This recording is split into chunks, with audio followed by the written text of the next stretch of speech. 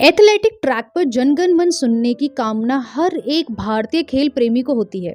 जब कोई भी खिलाड़ी देश के लिए जनगण मन गाता है तो हर एक भारतीय का सीना गर्व से चौड़ा हो जाता है। आज की कहानी भी मैं आपको एक ऐसी एथलीट की सुनाने वाली हूँ जिसने 400 मीटर की दौड़ में भारतीयों को पहला गोल्ड मेडल जिताया है और जिसने सच में हर एक भारतीय खेल प्रेमी का सीना गर्व से चौड़ा कर दिया। जी हाँ दोस्तों, आज मैं आपको सुनाऊंगी डिंग एक्सप्रेस कही जाने वाली हिमा दास की कहानी। तो चलिए दोस्तों, सुनते हैं हिमा दास जी की अनसुनी कहानी। हिमा जी का जन्म असम के नौगांव जिले के ढिंग गांव में हुआ था। उनका जन्म एक गरीब परिवार में हुआ था। उनके पिताजी एक किसान थे जो चावल की खेती करते थे और अपने पिताजी के साथ चावल की खेती करने में हेल्प करती थी और उसी से ही उन लोगों का गुजारा चल रहा था। 5वीं कक्षा तक हिमा को फुटबॉल खेलने का बहुत शौक था। उन्होंने जेएनवी स्कूल में एडमिशन लिया और वहां पर वो गांव के लड़कों के साथ फुटबॉल ही खेलती थी और एक स्ट्राइकर के तौर पर अपनी पहचान बनाना चाहती थी। वो अपने गांव और जिले के आसपास हर छोटे मोटे फुटबॉल के टूर्नामेंट में हिस्सा लेती थी, लेकिन भारत में महिला फुटबॉल का कोई स्कोप ही नहीं है। इस कारण से इनका यह सपना अधूरा रह गया। इसके बाद जेएनवी के टीचर ने ही उन्हें स्प्रिंट रनिंग के बारे में बताया और उन्हें इस गेम की तरफ मोड़ दिया। जनवरी 2017 में हिमा गुवाहाटी के एक ट्रेनिंग कैंप में हिस्सा लेने आई थी, जहां कोच निपुण दास की नजर उन पर पड़ी और बस वहीं से ही उनकी तकदीर बदल गई। कोच निपुण दास को एहसास हो गया था कि हिमा के अंदर एक अंतर्राष्ट्रीय स्तर की एथलीट बनने की काबिलियत मौजूद है। इसके बाद निपुण दास ने गुवाहाटी में ही हिमा दास को ट्रेनिंग देनी शुरू कर दी। इसके लिए वो रोज सुबह अपने गांव से बस में चलती थी और 140 किलोमीटर दूर जाकर ट्रेनिंग लेती थी। रात को 11-12 बजे तक घर लौटती थी और फिर सुबह जल्दी उठकर फिर से ट्रेनिंग पर जाना होता था। इस सफर की वजह से हिमा दास बहुत थक जाती थी और ट्रेनिंग करना मुश्किल हो पा रहा था। इसके बाद निपुण दास ने उनके माँ बाप से रिक्वेस्ट की कि वो हिमा को ट्रेनिंग के लिए गुवाहाटी भेज दें और वहीं पर ही उनके रहने का इंतजाम किया जाए।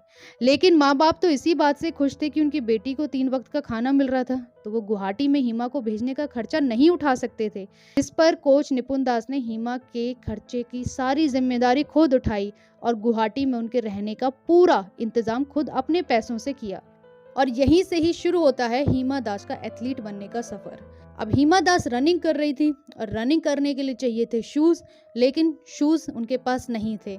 जब ये बात उन्होंने अपने पापा को बताई तो उनके पापा ने जैसे तैसे करके कहीं से 1200 रुपए के एडिडास के जूते खरीदे। आप सोच सकते हो वो मोमेंट कैसा होगा, वो माहौल कैसा होगा जब एक बाप जिसका गुजारा ही बड़ी मुश्किल से चल रहा था, जो अपने बच्चों को 2 वक्त की रोटी बड़ी मुश्किल से दे पाता था, वो अपनी बेटी के लिए कहीं से पैसे जोड़ जाड़ कर 1200 रुपए के जूते देता है। वो मोमेंट ज़रूर बहुत ही ज़्यादा भावुक करने वाला होगा।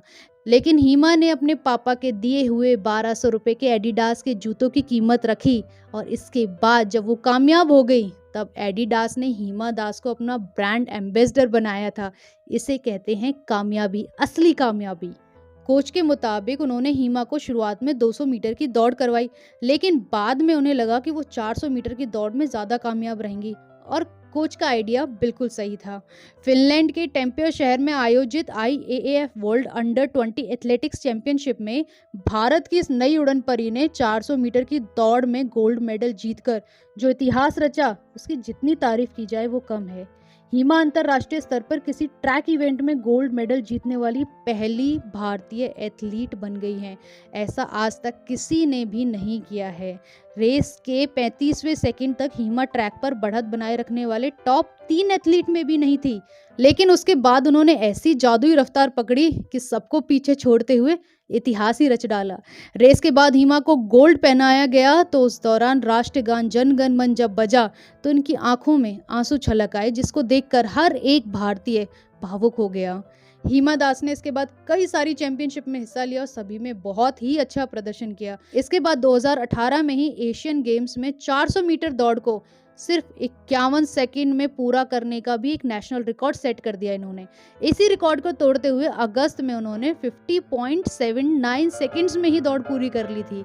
2018 में जीत के बाद उन्हें तत्कालीन राष्ट्रपति रामनाथ कोविंद से अर्जुन अवार्ड भी प्राप्त हुआ। फरवरी 2021 में उन्हें असम पुलिस में DSP की पोस्ट भी दी गई। तो है ना दोस्तों, कमाल की इंस्पिरेशनल स्टोरी। एक ऐसी लड़की जिनका गुजारा बड़ी मुश्किल से चल रहा था, आज वो उस स्टेट की डीएसपी हैं। यही होती है कामयाबी, एक ऐसी कामयाबी जिसमें उन्होंने अपने कोच के भरोसे का सम्मान भी रखा और अपने देश के लिए एक नई उम्मीद भी जगा दी है। तो कैसी लगी दोस्तों आपको गोल्डन गर्ल हिमा दास की कहानी, हमें बताइए ज़रूर। अगर अच्छी लगी हो तो हिमा दास जी के लिए एक लाइक दे देना, इन चैनल को सब्सक्राइब करना ना भूलें। नेक्स्ट मिलेंगे एक और इंस्पिरेशनल स्टोरी के साथ। So thank you, bye bye.